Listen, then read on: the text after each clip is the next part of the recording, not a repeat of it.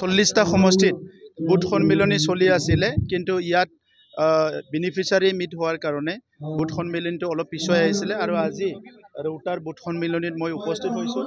আমাৰ কেন্দ্ৰীয় নেতৃবৃন্দ আছে, বহুত সুন্দৰ এটা পৰিৱেশ।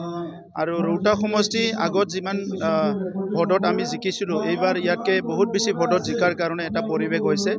মই চবকো দেখিবলৈ পাই খুব আনন্দ হৈছে কি আগত 2020 চনত আমাৰ বুথ কমিটিবিলাক ইমান শক্তিশালী নাছিলে, প্ৰাইমাৰী কমিটিবিলাক, কিন্তু এতিয়া UPPL দল হিচাপে আমাৰ booth committee, primary committee, block committee বহুত শক্তিশালী হৈছে। আৰু ৰাইজে আমাৰ যেনেকৈ ৰাইজে মৰম দিছে, আমাৰ UPPLৰ কাৰ্যকৰ্তা কৰ্মকৰ্তাসকলো আৰু অধিক শক্তিশালী ৰূপত কাম কৰি আছে।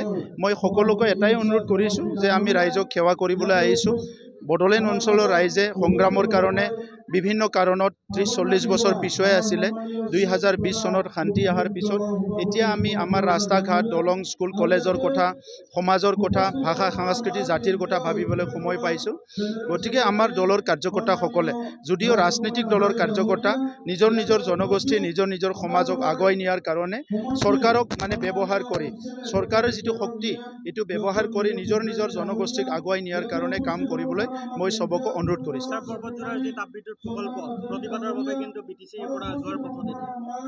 এতিয়া চাওক, আমাৰ মানুহবিলাকে বহুত কথা বুজি নাপায় আৰু কেতিয়াবা বুজি পাবলৈ টাইম লয়। তো সেইখিনি সময়লৈকে বহুত কিবা কিবি হৈ যায়।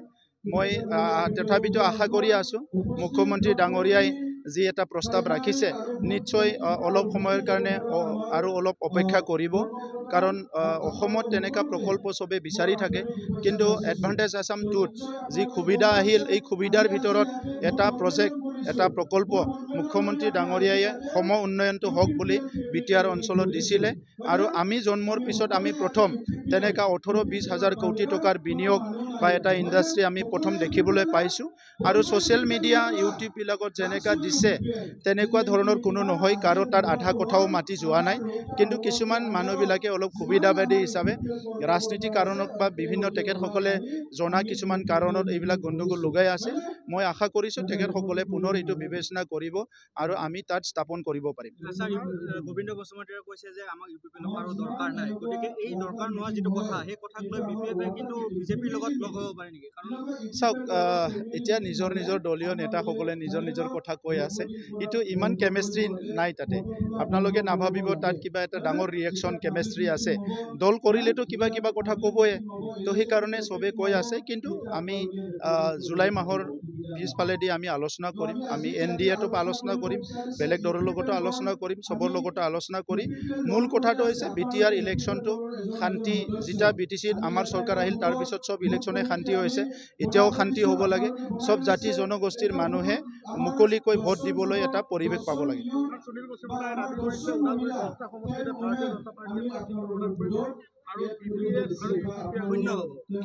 চাওক, দাবী কৰাটোতো কোনো ডাঙৰ কথা নহয়। এজন নিৰ্দলীয় প্ৰাৰ্থীয়ে কেণ্ডিডেট হ'লেও সি দাবী কৰে। গতিকে আজি তেখেতেতো বহুত ডাঙৰ দলৰ নেতা হয়, চ' কিবা তেনেকৈ জানিব পাৰে তেখেতে।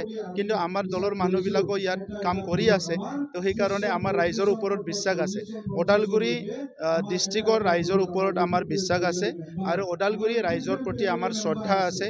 দীঘলীয়া সংগ্ৰামত ওদালগুৰি ৰাইজে সমভাগী হৈ আহিছে।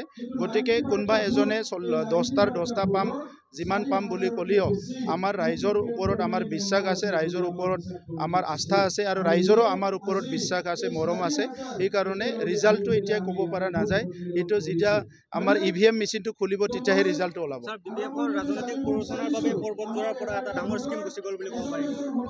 মই ক'ব নিবিচাৰোঁ, আপোনালোকে কৈছে যেতিয়া এইটোৱে হ'ব পাৰে।